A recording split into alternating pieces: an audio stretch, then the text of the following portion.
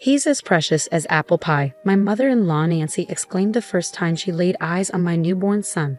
She lavished him with so much affection that it was obvious how deeply she loved him. She even eagerly looked after him when I was at work.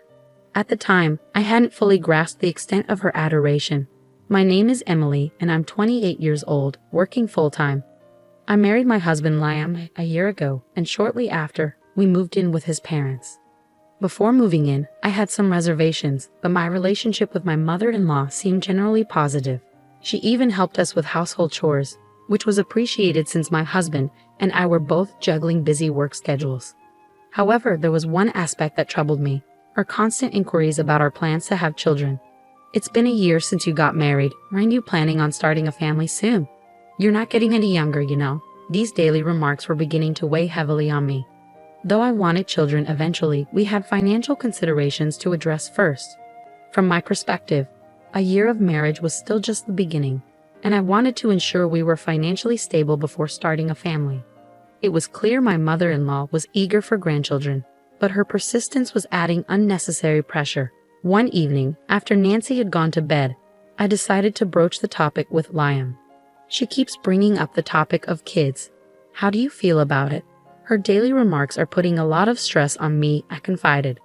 Liam seemed taken aback, apologizing for not realizing how persistent his mother had been. He assured me he would talk to her about it. Then he proposed something. Not because Mom is pushing us, but should we start thinking about having a child? My upcoming promotion might lead to a salary increase, which could give us more financial flexibility. Plus, it might be wise to try for a baby while you're still young, Emily, he suggested. Liam wasn't pressuring me, but he wanted us to consider the idea more seriously. If your salary is going to increase, that might be a good idea. I'll think about it, but for now, please speak to Nancy about giving us some space. I agreed, requesting time to consider our options. A few days later, Liam spoke to his mother, and thankfully, her constant prodding eased. The topic of having children stopped being a direct conversation, and my stress levels gradually decreased. Once things calmed down, I found myself more open to the possibility of starting a family. A few months later, Liam and I agreed to wait for his promotion to be confirmed before trying for a baby. Half a year later, everything fell into place, and I found out I was pregnant. We were overjoyed, but no one was more thrilled than Nancy, who had been eagerly waiting for the moment she could become a grandmother. Every day, she was restless with excitement, constantly checking in on me, which was endearing. Although I hadn't appreciated her earlier impatience, I understood her eagerness to welcome a grandchild. Gradually, I found myself growing more at ease in my interactions with her.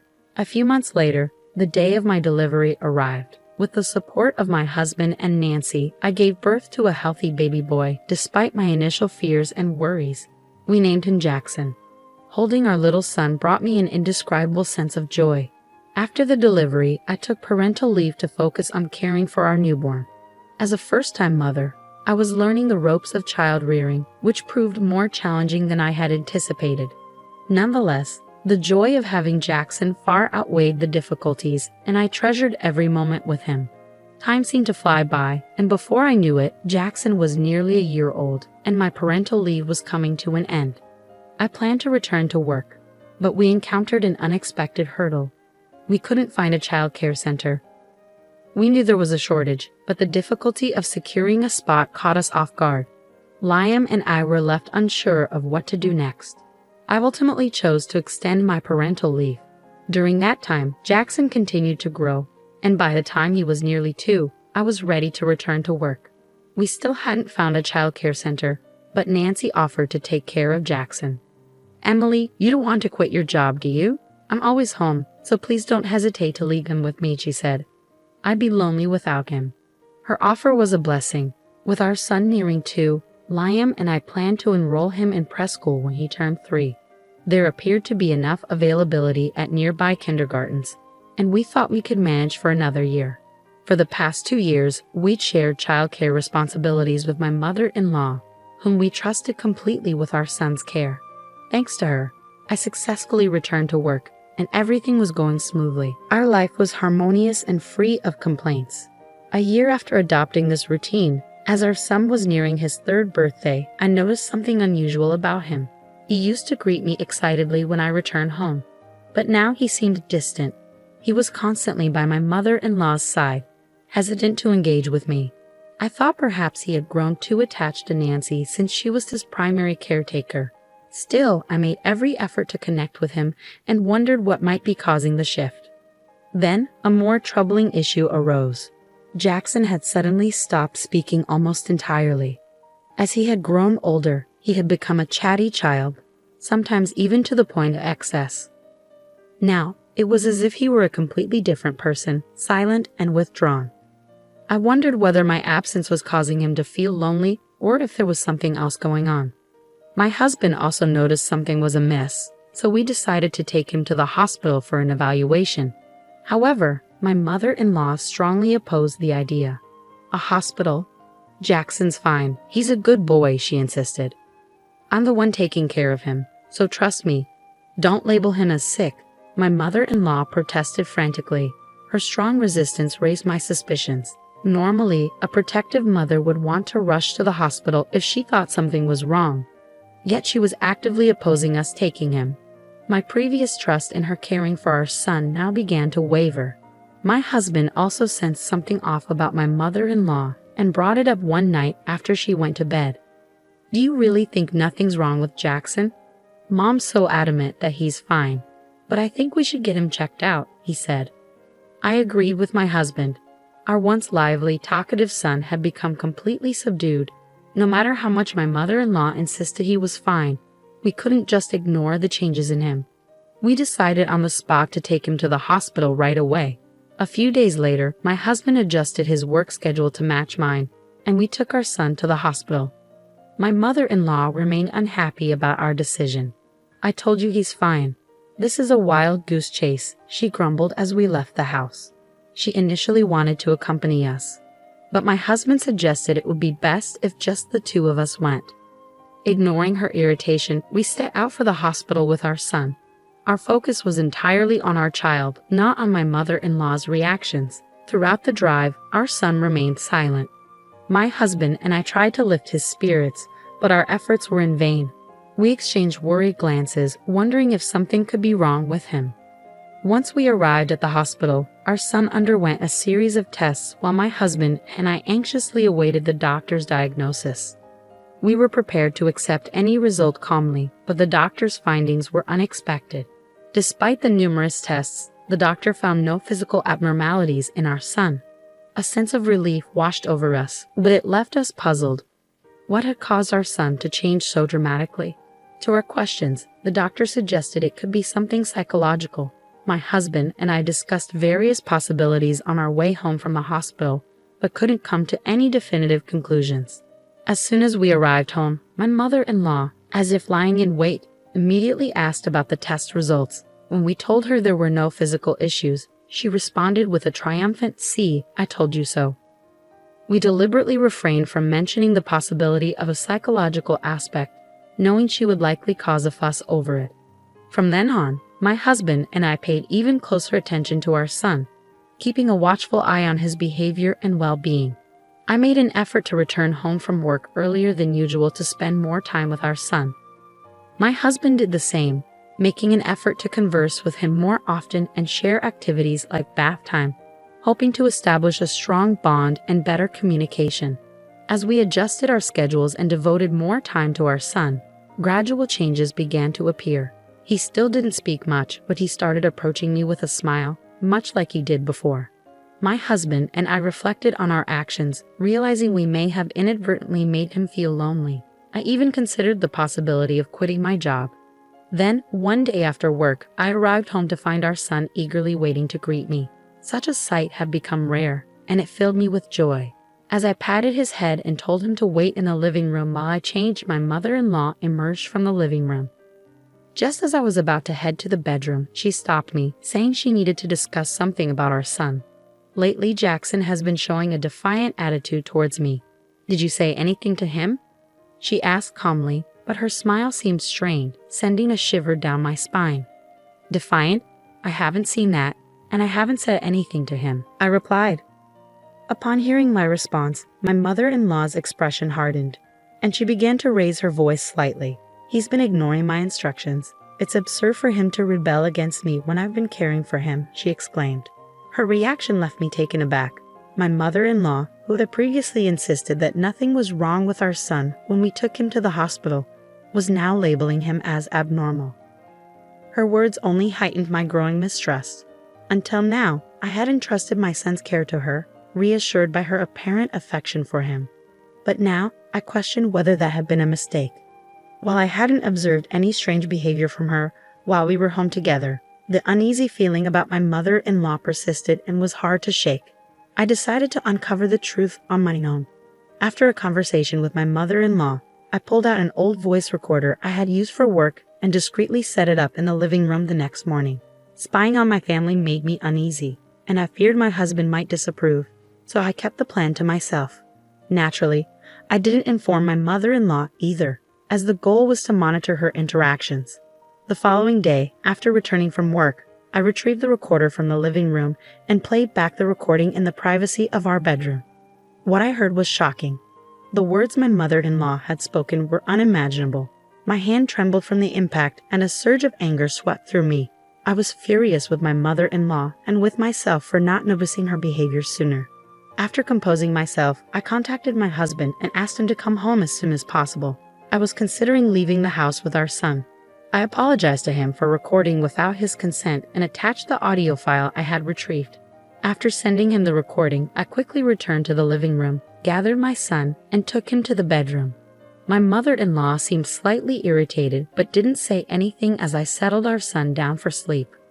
As I waited for my husband to return home, I found solace in watching my son's peaceful sleeping face. Suddenly, I heard the sound of my husband entering the house, followed by the echo of his raised voice from the living room. "Hey, Mom, what's going on?" he exclaimed, his hurried footsteps revealing his urgency. Rushing to the living room as quietly as possible, so as not to disturb my sleeping son, I found my mother-in-law standing there, visibly taken aback by my husband's uncharacteristic anger. Attempting to calm him down, I reminded him, "Jackson is sleeping."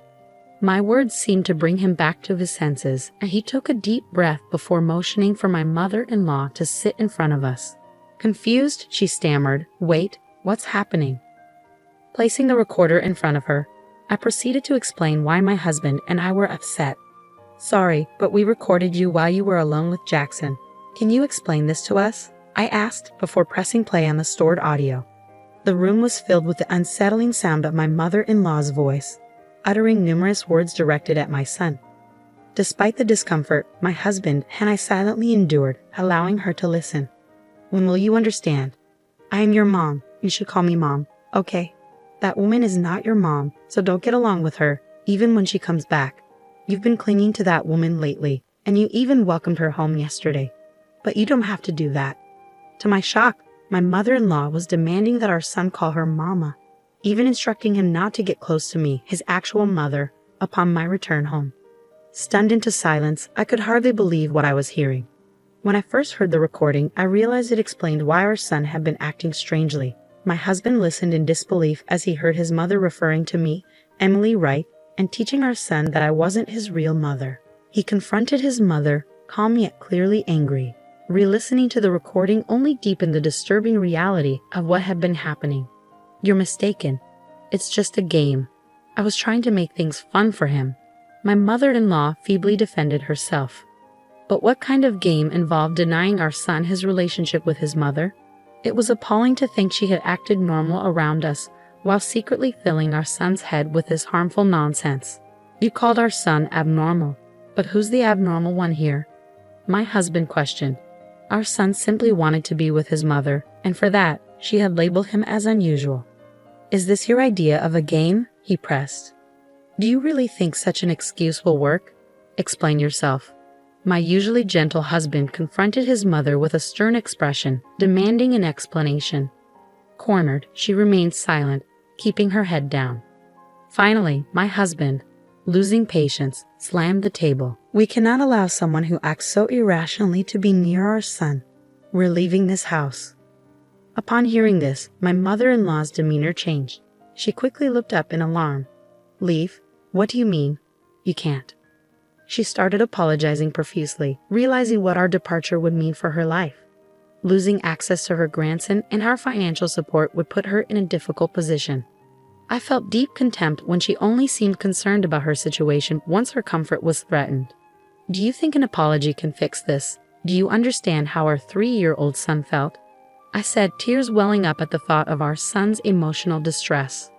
My husband's eyes were red with anger and sadness as he turned his gaze on his mother. We're leaving whether you like it or not. As far as we're concerned, you're no longer family. With that, he took my hand and we went to our room to pack. We took our sleeping son and left the house. As soon as we were outside, my husband apologized for his mother's behavior, but I couldn't place all the blame on her. We should have noticed earlier and kept him away from her, I said. My husband agreed, murmuring his acknowledgement. But the decision to cut ties with my mother-in-law was one we had to make for the well-being of our son. It was clear the situation was harming him, and we needed to act. As we talked, we hailed a cab and headed for my parents' home, ready to start a new chapter for our family. Before confronting my mother-in-law, I had reached out to my parents for support, and they welcomed us warmly. At my parents' house, my husband spoke gently to our son about his grandmother and listened to his side of the story. However, as expected, our son remained silent, possibly hiding a deeper hurt.